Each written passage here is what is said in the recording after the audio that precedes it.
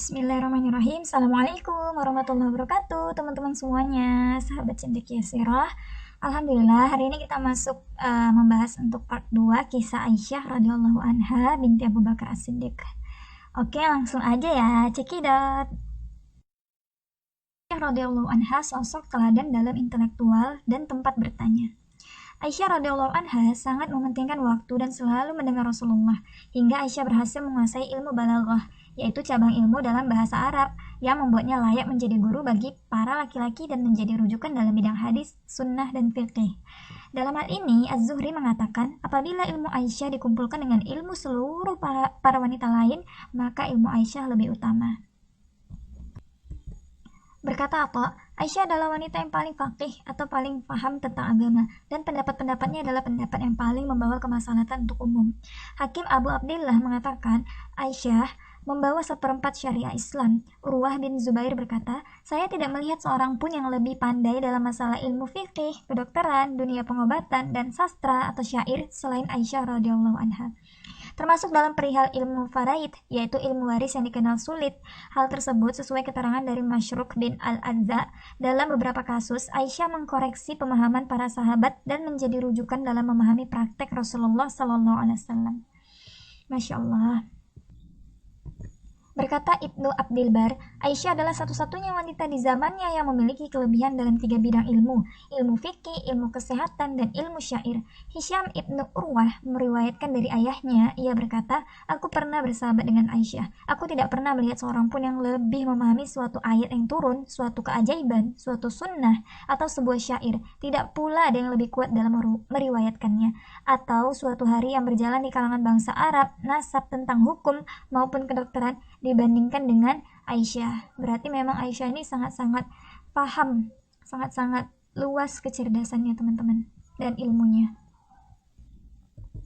Az-Zahabi berkomentar dalam kitab As-Sair jilid 2 halaman 240, saya tidak pernah melihat pada umat Muhammad SAW, bahkan wanita secara keseluruhan, ada seseorang wanita yang lebih alim. Alim itu banyak ilmunya ya teman-teman, dari Aisyah radhiyallahu anha.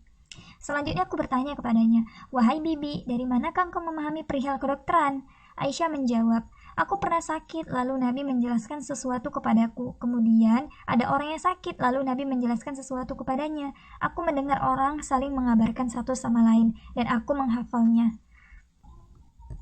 Demikian dikutip dari buku biografi 39 tokoh wanita pengukir sejarah Islam. Kisah perjalanan hidup para wanita mulia yang berperan penting dalam kehidupan dan perjuangan dakwah Rasulullah SAW, karya Dr. Bassam Muhammad Hamami. Mengamalkan ilmu. Ilmu yang dimiliki lantas diabdikan pula di tengah masyarakat muslim, terutama bagi para muslimah. Dia misalnya langsung mengajari untuk mengenakan tabir sebagaimana diwajibkan atas istri-istri Rasulullah.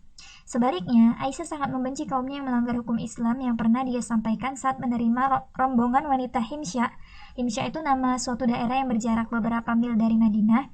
Kata Aisyah, jangan-jangan kalian termasuk golongan wanita yang sering memasuki kamar mandi terbuka atau kolam. Maksudnya di sini kolam yang nggak tertutup, ya terbuka gitu ya, yang bisa dilihat oleh laki-laki juga. Nah, Aisyah tidak pernah mempermudah hukum kecuali jika sudah jelas dalilnya dari Al-Quran dan Sunnah. Pasalnya, Aisyah memiliki kesempatan untuk bertanya langsung kepada Rasulullah jika Aisyah menemukan sesuatu yang belum dia pahami tentang suatu ayat.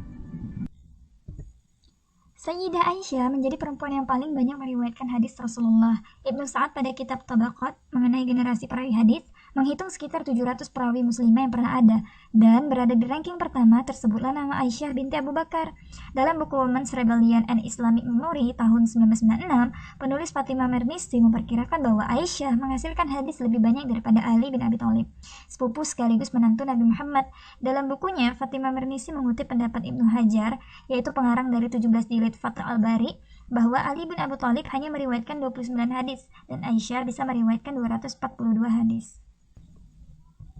Nah, menurut Az-Zahabi, hadis sanad yang dimiliki Aisyah adalah 2.210 hadis. 174 diantaranya berderajat muttafaq alaih, sehingga para ahli hadis menempatkan dirinya pada deretan para penghafal hadis terkemuka seperti Abu Hurairah, Ibnu Umar, dan Anas bin Malik. Imam Bukhari dan Imam Muslim sepakat atas riwayat Aisyah sebanyak 140 hadis. Secara individu, Bukhari meriwayatkan 54 hadis Aisyah dan Muslim meriwayatkan 64 hadis. Oke teman-teman, berikut perawi hadis terkemuka. Urutan pertama adalah Abu Hurairah, sering kita dengar, dengan total 5.394 hadis. Kemudian Umar bin Khattab, 2.637 hadis. Kemudian Aisyah binti Abu Bakar yang ketiga, 2.210 hadis. Yang keempat Ibnu Abbas, 1.504 hadis. Dan yang kelima adalah Abu Sa'id Al-Khudri, yaitu 1.170 hadis. Alhasil, Aisyah radhiyallahu anha menjadi tempat bertanya jika para sahabat berselisih pendapat tentang suatu masalah. Nggak segan-segan mereka meminta pendapat penyelesaian dari Aisyah. Dalam perkembangannya, Aisyah dikenal sebagai perawi hadis yang mengistinbat, yaitu mengeluarkan hukum sendiri ketika kejelasan hukumnya itu tidak ditemukan dalam Al-Quran dan hadis lain. Kepakaran Aisyah kian menemukan urgensinya sepeninggal Rasulullah. Aisyah radhiyallahu anha menghabiskan waktu untuk berdakwah dan berfatwa. Sayyidah Aisyah menjadi seorang ummul mukminin. Dalam ayat disebutkan, Nabi itu hendaknya lebih utama bagi orang-orang mukmin dari diri mereka sendiri, dan istri-istrinya adalah ibu-ibu mereka, yaitu ibu-ibu orang mukminin itu ya teman-teman. Nah ini ada pada Quran surah Al-Ahzab ayat 6. Imam Ibnu Katsir Asy-Syafi'i rahimahullah mengatakan, istri beliau adalah ibu-ibu orang beriman atau ummahatul mukminin, yaitu dari sisi diharamkan untuk dinikahi serta diperintahkan untuk dimuliakan dan diagungkan. Ibunda kaum mukmin, sebab utamanya dalam ilmu. Aisyah sejak kecil selalu ingin tahu, dan seiring berjalannya waktu, ia pun menjadi perempuan pembelajar. Hidup bersama Rasulullah menjadi pemantik semangat Aisyah dalam mencari dan mensiarkan ilmu. Aisyah selalu merasa bahwa ia tahu ia merupakan seorang yang memiliki hutang untuk memberikan semua yang ia pelajari dari Rasulullah kepada generasi setelahnya. Seiring perjalanan ilmu dan kesaksian mengenai Rasulullah, ia menyadari bahwa seluruh jawaban Rasulullah atas pertanyaan dunia darinya merupakan penjelasan jalan menuju ilah, tafsir ketakwaan. Para pembesar sahabat apabila menjumpai ketidakpahaman dalam masalah agama, maka mereka datang kepada Aisyah dan menanyakannya, hingga Aisyah menyebutkan jawabannya. Berkata Abu Musa al-Asy'ari, setiap kali kami para sahabat Rasulullah mendapat kesulitan tentang suatu hadits, maka kami selalu bertanya kepada Aisyah, maka kami akan mendapatkan pengetahuan darinya. Masyruk pernah ditanya, apakah Aisyah pandai dalam ilmu waris? Dia menjawab, demi Allah, aku melihat para pemuka sahabat Rasulullah bertanya kepada Aisyah tentang ilmu waris.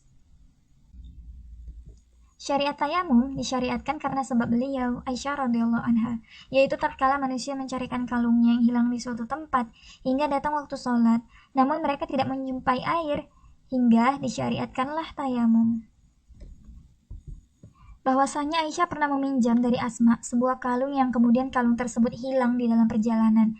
Maka Rasulullah SAW mengutus orang mencarinya dan ketemulah kalung tersebut. Setelah sampai, akhirnya masuk waktu sholat, sementara mereka nggak punya air.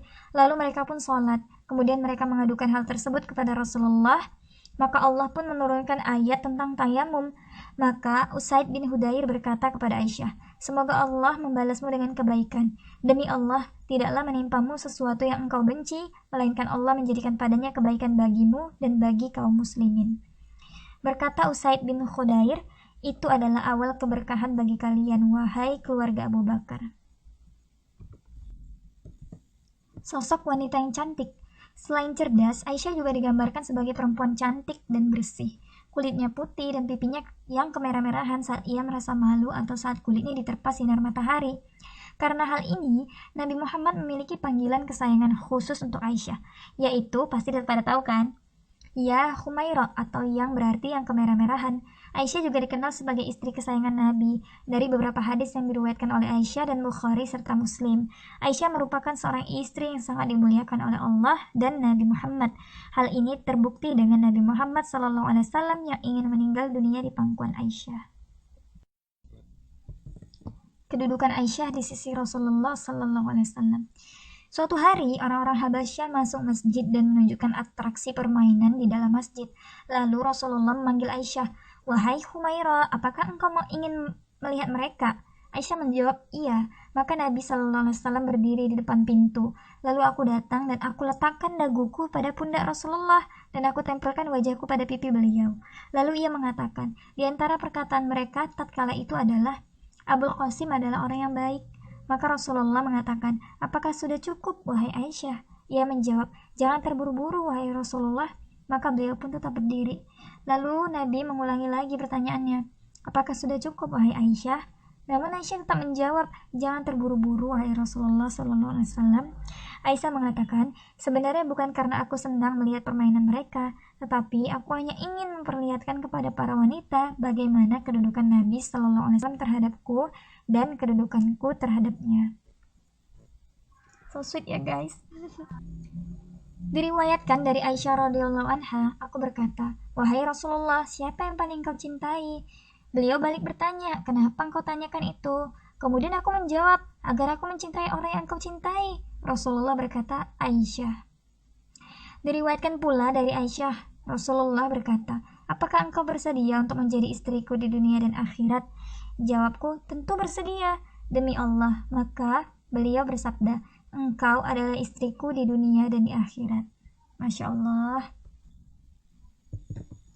Banyak keutamaan yang ada pada diri Aisyah, sampai-sampai Rasulullah SAW mengatakan dalam sabdanya, "Orang yang mulia dari kalangan laki-laki banyak, namun yang paling mulia dari kalangan wanita hanyalah Maryam binti Imran dan Asiyah istri Fir'aun."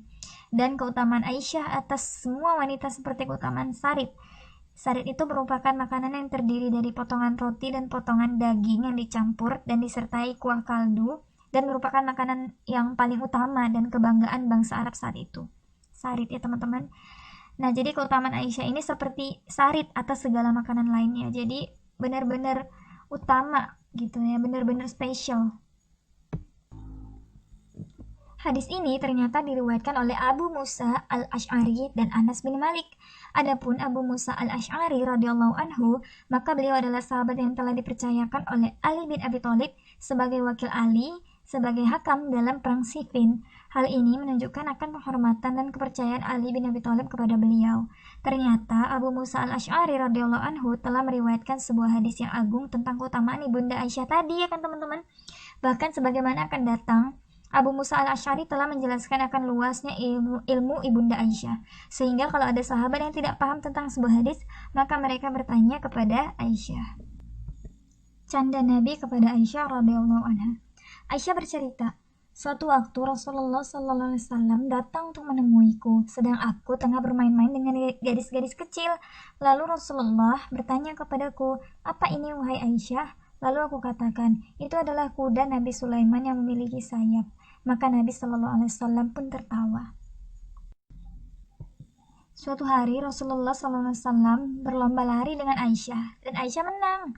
Aisyah bercerita, Nabi Shallallahu Alaihi Wasallam berlari dan mendahuliku, namun aku mengejarnya hingga aku mendahuluinya. Tetapi tatkala badanku gemuk, Nabi Shallallahu Alaihi Wasallam mengajak lomba lari lagi, namun beliau mendahuluiku. Kemudian beliau mengatakan, 'Wahai Aisyah, ini adalah balasan atas kekalahanku yang dahulu.'" Masuk ke tentang kisah kecemburuan Aisyah radhiyallahu anha teman-teman. Sayyidah Aisyah pernah cemburu karena kenangan Rasulullah kepada Sayyidah Khadijah radhiyallahu anha. Dalam rumah tangga, Aisyah istri Rasulullah pernah mengalami rasa cemburu. Ini disebabkan kenangan Nabi Muhammad kepada istri pertamanya, yaitu Khadijah radhiyallahu anha. Dikisahkan pada suatu hari, Halah binti Khuwailid, adiknya Khadijah binti Khuwailid, meminta izin untuk menemui Nabi Muhammad SAW. Mendengar suaranya, Nabi yang ada di rumah teringat akan Khadijah. Beliau tersentak, "Ya Allah, itu Halah." Melihat sikap beliau sebagai wanita, Aisyah merasa cemburu. Ia berkata, "Mengapa engkau masih mengingat wanita tua yang berdagu merah yang telah lama meninggal itu?" Mendengar celetuk Aisyah itu, berubahlah wajah Nabi Muhammad. Perubahan wajah beliau belum pernah dilihat Aisyah sebelumnya kecuali ketika turun wahyu. Nabi menyambut Halah binti Khuwailid dengan hangat. Wajah beliau kembali cerah berseri. Setelah wanita itu pulang, Aisyah berkomentar di hadapan beliau, "Demi Allah, Anda bersikap sangat beda kepada wanita tua ini. Anda tidak pernah bersikap seperti ini kepada siapapun," kata Aisyah. Nabi berkata, "Ia dulu sering datang waktu masih ada Khadijah. Tidakkah kamu tahu bahwa memberi kasih sayang adalah bagian dari iman?" Beliau seringkali mengingat Khadijah. Terkadang beliau menyembelih kambing, memotong-motongnya lalu mengirimkannya kepada kerabat Khadijah. Aisyah hingga berkomentar melihatnya, seakan-akan di dunia ini tidak ada wanita selain Khadijah. Perkataan yang bernada cemburu itu dijawab oleh Nabi. "Ia itu luar biasa, jasa-jasanya sangat besar. Aku pun memiliki anak darinya," yaitu dari Khadijah ya teman-teman. Nah, walaupun begitu, tentulah kedudukan Aisyah juga sangat agung. Terdapat dalam hadis yang diriwayatkan oleh Abdullah ibnu Safwan. Ada 7 hal pada diriku yang tidak dimiliki oleh wanita manapun, kecuali yang diberikan oleh Allah kepada Maryam binti Imran. Demi Allah, aku tidak mengatakan ini sebagai kesombongan terhadap para sahabatku atau maduku. 7 hal itu adalah: yang pertama, malaikat Jibril pernah turun membawa gambarku kepada Rasulullah dalam mimpi. Yang kedua, Rasulullah menikahiku saat aku baru berusia 7 tahun, lalu aku diberikan kepada beliau saat berusia 9 tahun. Yang ketiga, beliau menikahiku sebagai seorang gadis dan tidak ada seorang manusia pun yang menyamaiku. Karena istri-istri Rasulullah yang lain itu sudah janda ya teman-teman ketika dinikahi oleh Rasulullah. Diriwayatkan oleh Imam Al-Bukhari dari Aisyah radhiyallahu anha, beliau berkata, saya berkata kepada Rasulullah, ya Rasulullah, seandainya engkau mampir di sebuah lembah yang berisi sebuah pohon yang sebagian buahnya telah dimakan, dan sebuah pohon yang buahnya belum dimakan sama sekali, maka di manakah kamu akan melepaskan atau mengikatkan untamu? Beliau Shallallahu Alaihi Wasallam menjawab, pada pohon yang belum dijamah. Maksud Aisyah adalah Rasulullah tidak pernah menikahi gadis selain dirinya. Dan wahyu yang datang kepada Rasulullah Shallallahu Alaihi Wasallam saat Aisyah dan Rasulullah berada dalam selimut yang sama. Demi Allah, sesungguhnya Allah tidak pernah menurunkan wahyu ketika aku sedang dalam satu selimut dengan siapapun di antara kalian atau istri-istri Nabi selain Aisyah. Hadis riwayat Bukhari. Yang keempat, aku adalah orang yang paling beliau cintai dari kalangan wanita. Yang kelima, ada ayat yang turun berkaitan denganku ketika umat ini hampir hancur. Yang keenam, aku pernah melihat Jibril dan tidak satu pun istri Rasulullah selain aku yang pernah melihatnya. Yang ketujuh, dan Rasulullah SAW wafat di rumahku tanpa ada seorang pun yang menemani selain malaikat dan aku. Rasulullah SAW meninggal dunia di rumahnya pada giliran harinya, hari Aisyah. Pada malam harinya, hari Aisyah, dan di pangkuannya, pangkuan Aisyah, lalu dikuburkan di rumahnya. Nah, ini ada kisah spesialnya Aisyah radhiyallahu anha ya teman-teman, sedikit. Banyak orang yang memberi hadiah pada giliran harinya Aisyah, yang di sana ada Rasulullah, agar supaya menjadi dekat dengan beliau Shallallahu Alaihi Wasallam. Disebutkan dalam hadis, para sahabat dahulu menyengaja memberikan hadiah-hadiah mereka kepada Nabi ketika giliran Aisyah. Kata Aisyah, berkumpullah istri-istri yang lain di tempat Ummu Salamah. Lalu mereka berkata, wahai Ummu Salamah, demi Allah, orang-orang menyengaja memberikan hadiah-hadiah mereka pada giliran Aisyah, dan bahwasanya kami pun menghendaki kebaikan sebagaimana Aisyah menghendakinya. Maka mintalah kepada Rasulullah agar memerintahkan orang-orang untuk memberikan hadiah mereka kepada beliau dimanapun giliran beliau. Jadi nggak hanya ketika giliran Aisyah aja teman-teman, tapi ketika Rasulullah berada di pada giliran istri-istri yang lain juga harusnya tuh tetangga-tetangga juga kasih hadiah juga gitu, pengennya gitu kan istri-istrinya Rasulullah yang lain gitu. Lalu kata Aisyah, Ummu Salamah menyebutkan hal itu kepada Nabi Sallallahu Alaihi Wasallam. Kata Ummu Salamah, beliau berpaling dariku.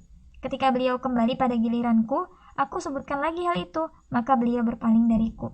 Ketika aku sebutkan hal itu ketiga kalinya, Nabi Shallallahu Alaihi Wasallam lantas berkata, wahai Ummu Salamah, jangan engkau menyakiti aku lantaran Aisyah, karena sesungguhnya demi Allah tidak pernah turun kepadaku wahyu sedang aku berada di selimut seorang istriku di antara kamu kecuali dia Aisyah. Jadi Rasulullah itu nggak pernah diturunkan wahyu gitu, mendapatkan wahyu turun ketika bersama dengan satu selimut dengan istri yang lain, tapi hanya bersama Aisyah saja. Aisyah juga mengabarkan, ia telah mendengar Rasulullah SAW berkata sebelum beliau meninggal sembari bersandar pada dada Aisyah, ya Allah, ampunilah aku, kasihinilah aku, dan pertemukanlah aku dengan para teman Nabi yang mulia. Hadis riwayat Bukhari dan Muslim. Rasulullah wafat pada Rabiul Awal tahun ke-11 Hijriyah. Saat Nabi Shallallahu Alaihi Wasallam wafat, Aisyah berusia sekitar 18 tahun. Untuk kisah lengkapnya nanti akan dibahas di part berikutnya ya teman-teman.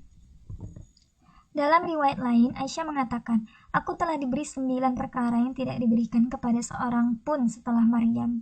Jibril telah menunjukkan gambarku tatkala Rasulullah Shallallahu Alaihi Wasallam diperintahkan untuk menikahiku. Beliau menikahiku tatkala aku masih gadis, dan tidaklah beliau menikahi seorang gadis kecuali diriku. Beliau meninggal dunia sedang kepalanya berada dalam dekapanku, serta beliau dikuburkan di rumahku. Para malaikat menaungi rumahku, Al-Quran turun sedang aku dan beliau berada dalam satu selimut. Aku adalah putri terkasih dan sahabat terdekatnya. Pembelaan kesucianku turun dari atas langit dan diabadikan di dalam Al-Quran. Aku dilahirkan dari dua orang tua yang baik. Aku dijanjikan dengan ampunan dan rezeki yang mulia.